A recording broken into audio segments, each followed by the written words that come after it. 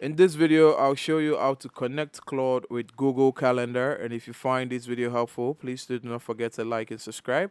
Now, the first thing we're going to do is we're going to ensure that we are signed into our Claude account. Then we're going to go to the bottom of the page where it displays our display icon. We click on it and then we go to settings.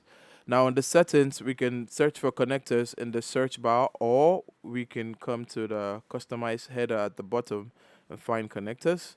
Here, we're going to look for Google Calendar, but if you can't find it here, you're going to click on Add, you're going to click on Browse Connector, then you're going to search for Google Calendar here, and we're going to click on the plus sign. Now you're going to have to authenticate yourself. Let's authenticate it here, and we're going to click on Continue.